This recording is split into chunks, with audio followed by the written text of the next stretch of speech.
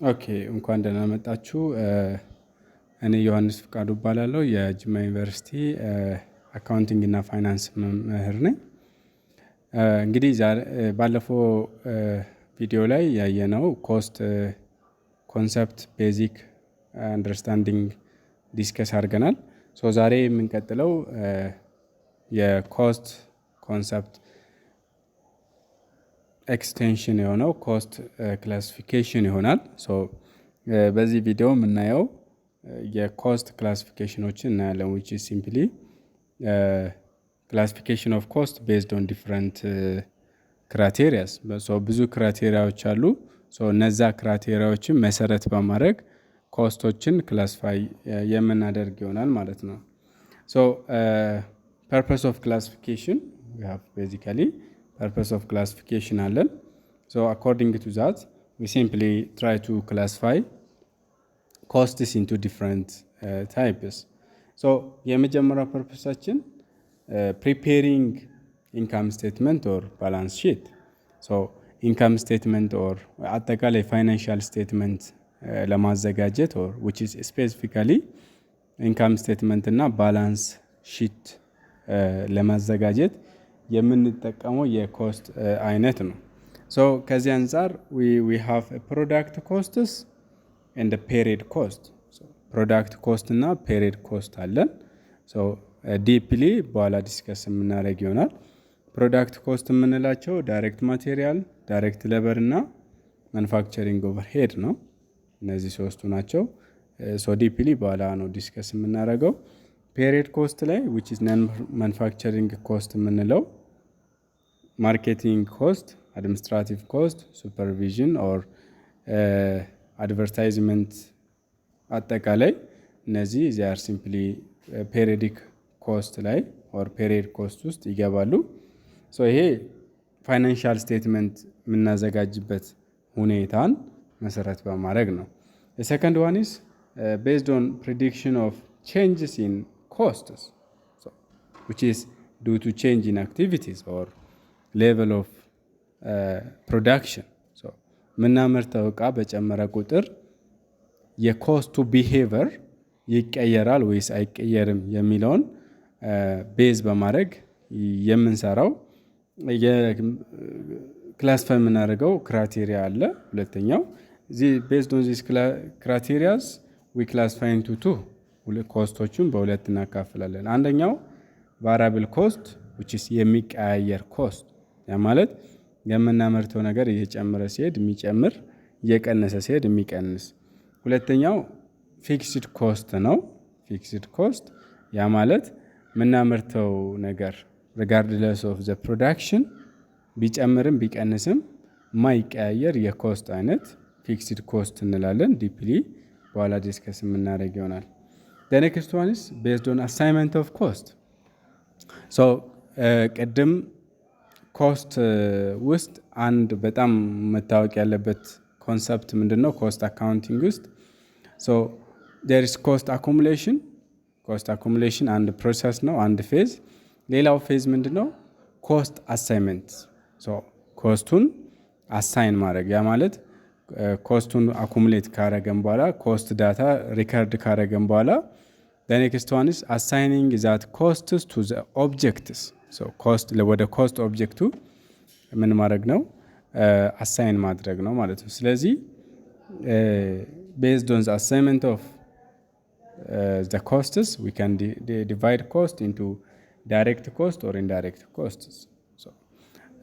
as the name indicate indirect cost የምንለው በቀጥተኛ ወደ ኮስት ኦብጀክት ጋር የማይገናኝ ግን ኢንዳይሬክት የሆነ ኢንዳይሬክትሊ የሚገናኙ ከሆነ ነው። ዳይሬክት ኮስት ከሆነ ግን as the name indicate ቀጥታ ከኮስቱ ጋር የሚገናኝ የኮስት አይነት we call it direct cost. እንደዚህ አይነቱን ኮስት ዳይሬክት ኮስት እንላለን ማለት ነው። that is the point. ዲቴሉም በኋላ ዲስከስ የምናደርግ ይሆናል። the next one is based on the decision, making a decision. that the cost is important for decision or not, is that relevant or not, አስፈላጊ ነው ወይስ አስፈላጊ አይደለም የሚለውን ኮንሰፕት በመያዝ or criteria በመያዝ we can classify cost as a differential cost, sunk cost and opportunity cost. so በእነዚህ ሶስት ክላሲፊኬሽን እናስቀምጣለን ማለት ነው። So if you have this much about the general classification of costs, so let us discuss in detail. So in detail discuss እናደርግ. So before we discuss detailed classification of costs, so let us see some concepts regarding the cost classification. So basically we have to simply classify a costs to effectively use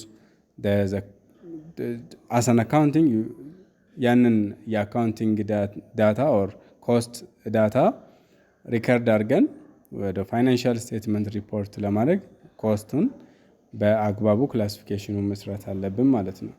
so single cost can be classified and used in several ways depending on the purpose of analysis. so ይሄ depend on the purpose of analysis የተፈለገው ለምንድን ነው የሚለው which is criteria ያልኩት በዛ መሰረት ይሆናል። basically then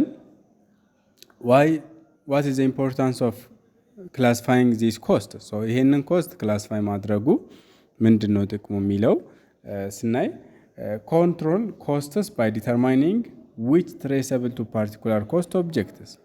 so የመጀመሪያው ጥቅሙ which is traceability ለማወቅ which is ያ ማለት which cost is traceable to which objects የትኛው ኮስት ነው ወደ የትኛው ኦብጀክት ትሬሰብል መሆን ያለበት or የሚሆነው የሚለውን ለማወቅ which is cost object የምንላቸው product, different goods and service basically, or it may be customer or it may be processes.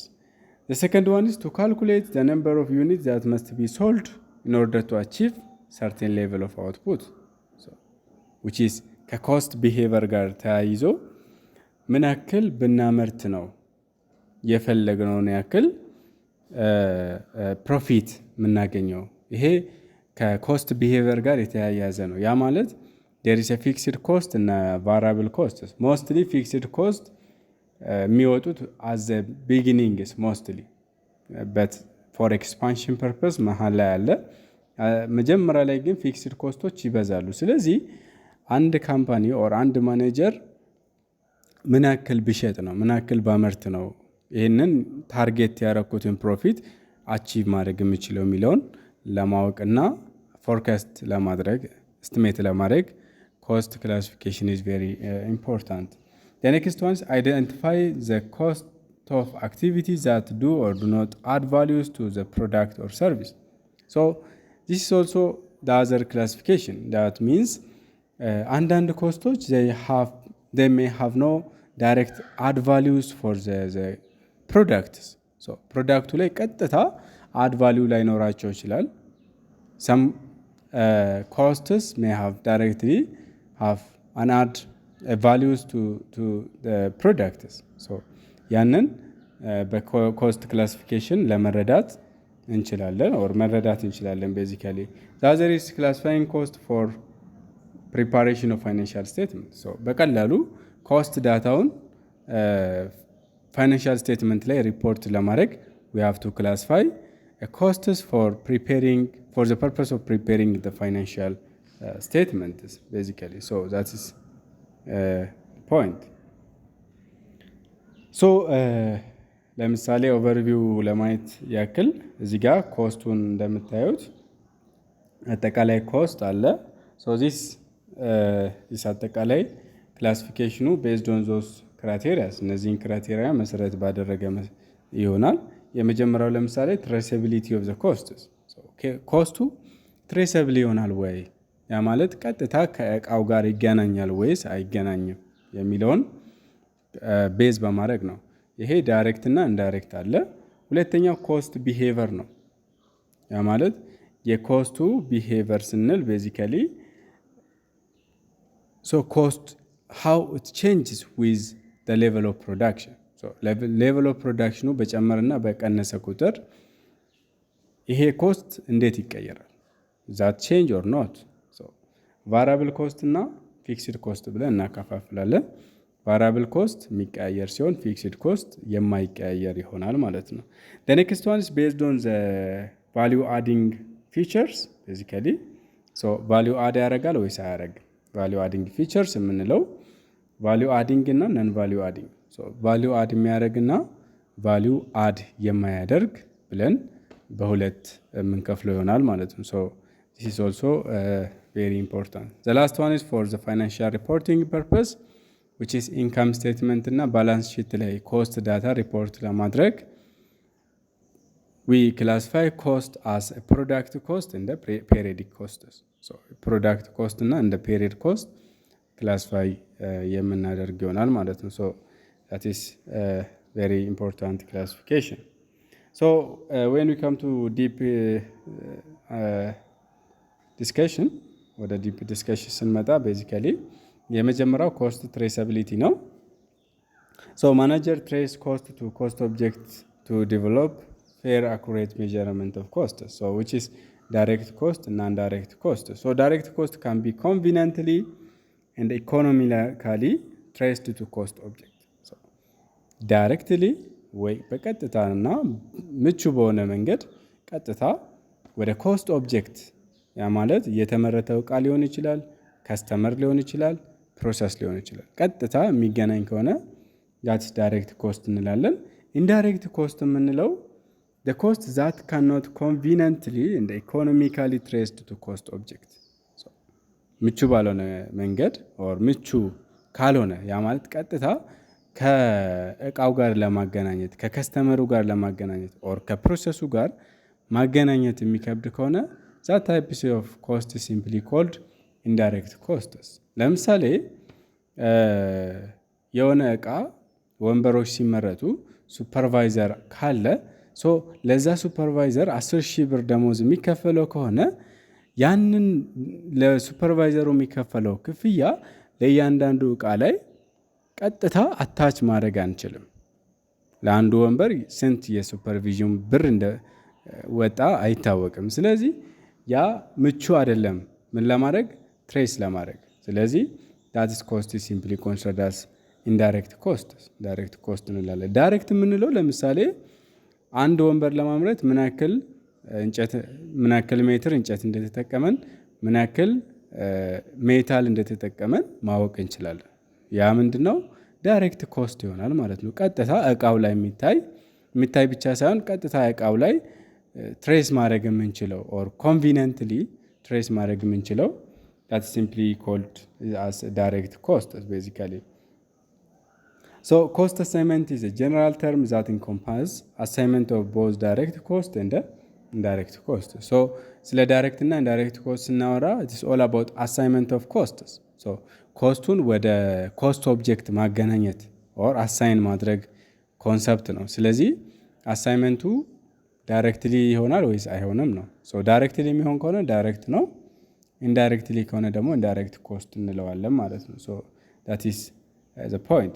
So direct costs are traced so ቀጥታ ትሬስ እናደርጋለን to the cost objects but indirect costs are allocated so allocate ይደረጋል which is በተለያየ ቤዞች አሉ። ቤዞቹን በዛ ቤዝ መሰረት ለሁሉም ዕቃዎች ለተመረቱ ከስተመር ሊሆን ይችላል or product ሊሆን ይችላል or it may be process ሊሆን ይችላል። so ምን ይደረጋል allocate የሚደረግ ይሆናል ማለት ነው። so that's simply the point.